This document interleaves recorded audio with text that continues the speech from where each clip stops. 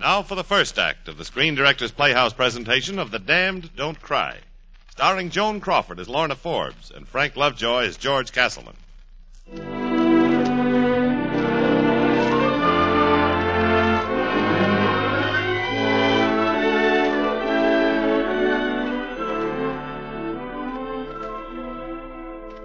In bold type, the headline read, Racket Leader, Public Enemy Number 2, Slain. Beneath, in subtitle, it continued, Body Found in Home of Missing Socialite, Mrs. Lorna Hanson Forbes. Police fear Texas oil heiress, victim of crime syndicate. Why was she missing? Why was she dead? Or was she alive? Alan Fowler of the Times searched half over America and found his story in a ramshackle, disheveled house in Oil City. Just who are you, Mrs. Forbes? Who am I? What do you mean? Well, you're listed as a Texas oil heiress, daughter of John Hanson. Now, there is no such animal as John Hanson. As for the Forbes label, you're supposed to be the widow of Robert Forbes, Wyoming oil magnate. Would you, care to read the vital statistics? Don't bother. I know. There never was a Robert Forbes. Uh-huh. Then who are you? I'm so tired, Mr. Fowler. Very tired. Tired of running away. Why are you running? What is your connection with the crime syndicate? I'm going for a ride, Mr. Fowler. A one-way ride. Huh? Don't look so startled. Sure, I'm frightened. I've been out of my mind for days with fear. Maybe I've got it coming. Maybe I haven't, but all I know is I can't stand the waiting, and I can't keep running. Look, why don't you start from the beginning? Huh? The beginning. It was right here in this broken-down house with a derrick in the backyard and smelly grease pots in the front. 2 years ago, we buried my 5-year-old son, Tommy. And there was nothing to hold me here any longer. I was sick of being poor and sick of the man I called my husband. So I packed and went to New York. I was pretty naive when I got a job as a model in a wholesale dress house and discovered that my major duty was to entertain out-of-town buyers at night. One night, Sandra, another model, and myself were returning from a date, my first. Enjoy yourself, Ethel, honey? I feel like something that was on a sale in a bargain basement. I'm one big bruise from here to here. So they wrestle with you a little. It's no worse than the subway. Hey, you got to stop being antisocial.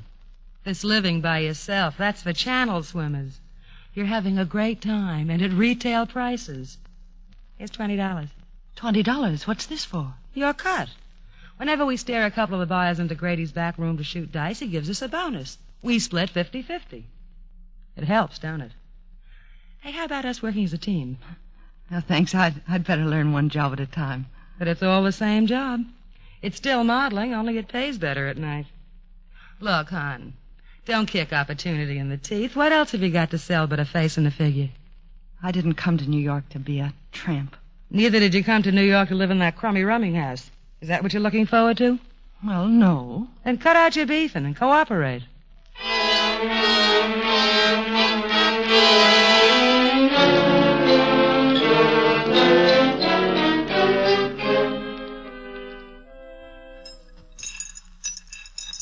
Great racket, this modeling business, Sandra.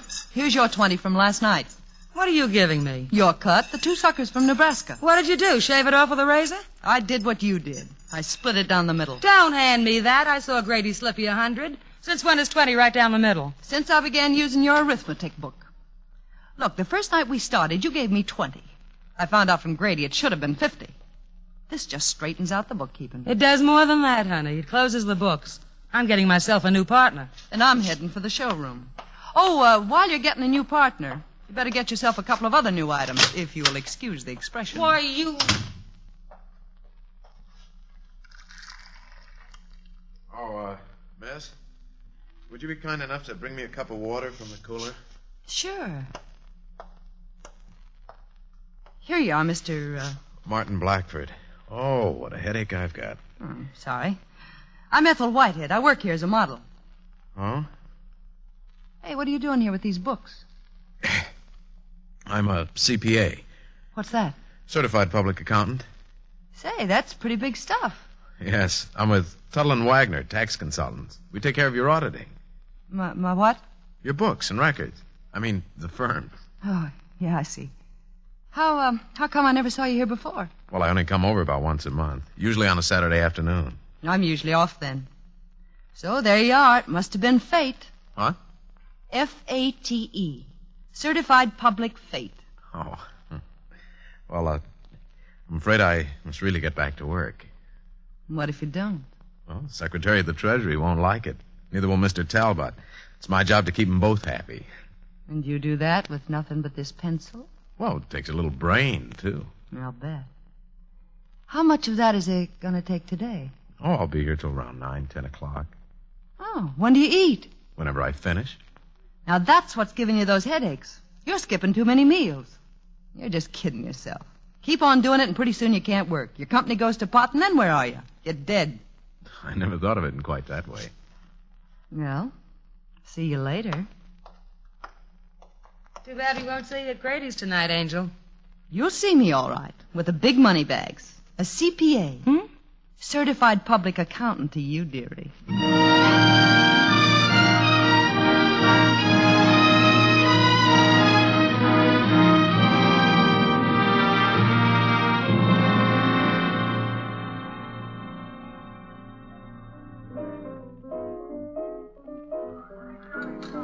Reading the menu spoils my appetite, George.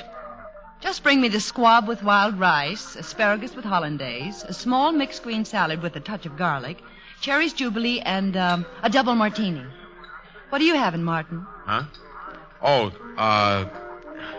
I'll have a chicken salad sandwich and a cup of coffee. But I thought you said you were hungry. I'm afraid reading this menu sort of spoiled my appetite. Are you sick or something? No, just a bit embarrassed. Afraid I'm short of funds. Oh, that's all right. They'll take your check. I don't think you quite understand, Miss Whitehead. How much do you think an accountant earns? Well, I took it for granted that a man who... Well, the Treasury Department. I assumed that at least you made something Less than that. Here's an item on the menu that's half a day's salary. I make exactly $60 a week. Well, of all the crummy deals. Oh, not really. Salary isn't everything, you know. Oh, they're a very nice firm. Are you on the level? Oh, don't worry. I'll manage all right. I like chicken salad sandwiches. Don't be silly. Nobody likes chicken salad sandwiches. All that education, brain, and for what? 60 lousy bucks a week. You'd be surprised what my mother could do with it. You support a mother, too? Oh, she's quite a manager. She'd have to be a magician. Why, you could make more than that bouncing drunks out of here. Well, I see you made it.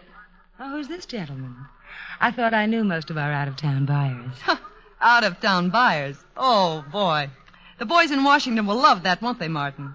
Mr. Blackford happens to be a tax consultant associated with the Treasury Department. Tuttle and Wagner, really. So many connections, I just can't keep them straight. Oh, well, Mr. Blackford, in case I ever have any tax problems, I'll know who to call. That's fine. You'll send over his office boy to add up your tips. A great sense of humor. She used to sell more cigarettes that way. Hello, folks. My, Grady, I'd like you to meet Mr. Blackford. He's connected with the Treasury. And how are you, sir? I'm afraid Miss Whitehead's a little confused. My only contact with the Treasury Department's when I make a mistake. You make many of them? Certainly not. That's what the clients pay for. He's a CPA. Oh, well, whatever he is, any friend of yours is a friend of mine. That means certified public accountant. Yeah, sure, CPA, I know.